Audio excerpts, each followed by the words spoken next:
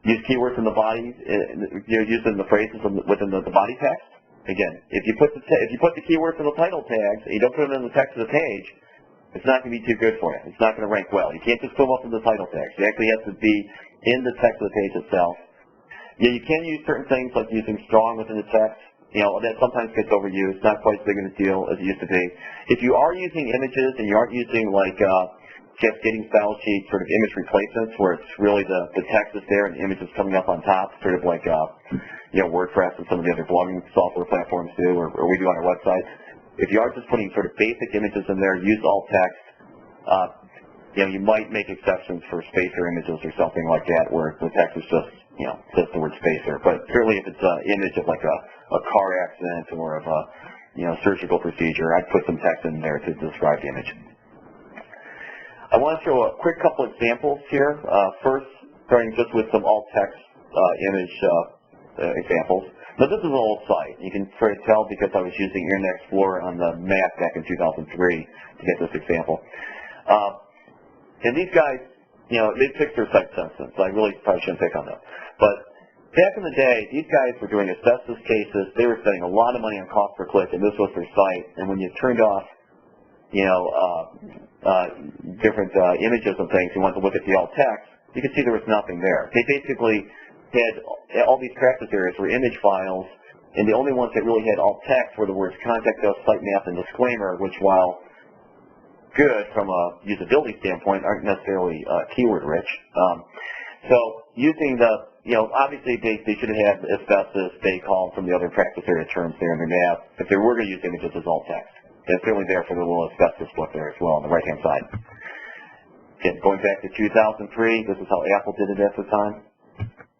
This is the raw text for a page. This is what their page looked like with images turned off. Again, alt text describing the images that they were replacing. Good from a usability standpoint, good from a search engine optimization standpoint. This is just sort of the Justice marketing pages. We use CSS. This is what the page looks like if I turn off images. We don't actually have images as much as we have text where images overlay with CSS, which is fine, but we certainly have text that relates to the image that gets overlaid on top of it. And then here's just sort of what the raw text looks like on the page. Okay, so just sort of coming back from the from the beginning again, find the keywords you want, get those keywords, write content about those keywords and phrases. If you have too many, write an additional page. Don't try to get everything into one page. Just keep writing content. And then once you've done that with your website, you also have to do things that relate that website to your audience. So it's not good just to show up behind the search engines and have your keywords and your text there. You got to figure out who your audience is and figure out what you want them to do. And that's very different depending on your audience. But you also have to get the conversions. Injury folks, that's random people coming. You don't have a lot of time necessarily to get their attention. Lots of contact forms, 800 numbers or toll-free numbers, things like that. A little bit more in your face.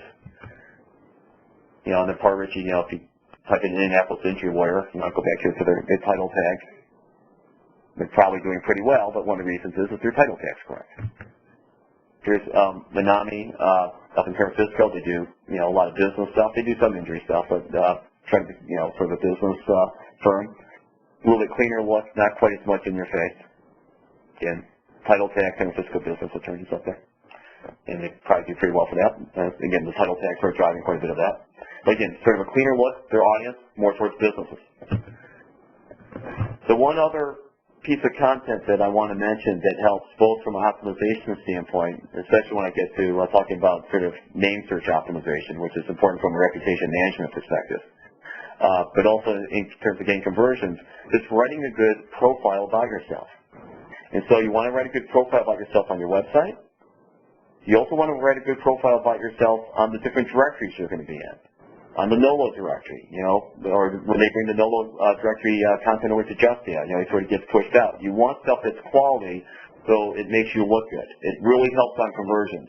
Just throwing up a couple lines of text or where you went to school, not going to be really good for you. You really need to sort of flesh that out, and you should definitely spend some time going through where your directory profiles are, whether it's the basic directory profiles, like Nolo or places like Avvo or Justia or places like LinkedIn, and really sort of building that up and making sure those profiles are full. It makes a big difference in terms of conversions.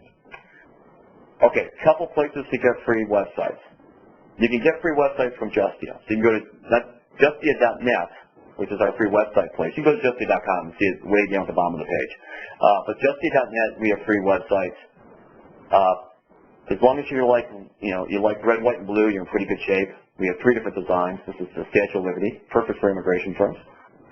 Here's another one with some Supreme Court steps, and here's another sort of clean one. Again, almost all are red, white, and blue. That's no greens or oranges. That's just the way it goes. But it's free, and we have lots of people that make it. Even this person's signing from the U.S. They're from Turkey, and they made one there. And the basic core stuff set up so you can optimize it, and that's good. Other places you can get free websites, and I'll just mention a few that I think are pretty good. Webs.com, which is funded by a guy who actually went to Harvard Law School. They have a nice sort of website template system. Again, totally free. I made one for my dogs. If you want to get rid of the ads, you're going to have to pay a monthly fee. But again, I like their templates, pretty nice and good looking. And there's Allstate Insurance. By the way, they use auto insurance here. Just search the keywords. I don't know if that means anything, probably more marketing than anything else. But slightly less than car insurance, so I don't know what that means. From an optimization standpoint, I mean, it's ads, not quite the same, but just like to note. Again, free, webs.com, very nice sort of templates. And then Google Sites has free websites as well. So if you go into Google, you can set up Google Sites. If you do Google Apps, you can get some things for your own domain. It's a little bit sort of template-based, but they have lots of little widgets and things that you can add to it, so it's pretty nice from that standpoint. And just here's a few that you can take a look at. And they have a nice calendar there at Organic City. Again, totally free. All of them are quite good. The one thing I would say about Google is that they don't tend to optimize your pages quite as much. So here you have the word home for your home page. Not necessarily what you would want in terms of your title tag. You have more flexibility, certainly with our free stuff, as well as the ones on web.com. And then if you need inexpensive website to develop, there's lots of relatively inexpensive ones. I'll just run through with you. You can get them with domain names. They're like $3 a month. GoDaddy, Network Solutions, Hostway, and Yahoo Small Business. All pretty good, standard. There's different reasons to use them, and I'll talk a couple pros and cons. I will say right now that I had bad experiences with Hostway with some clients, so maybe go with GoDaddy Network Solutions, although they each have their own issues, and same with Yahoo. A little bit longer discussion, but there's little issues with each, but again, very inexpensive. Okay, that's websites.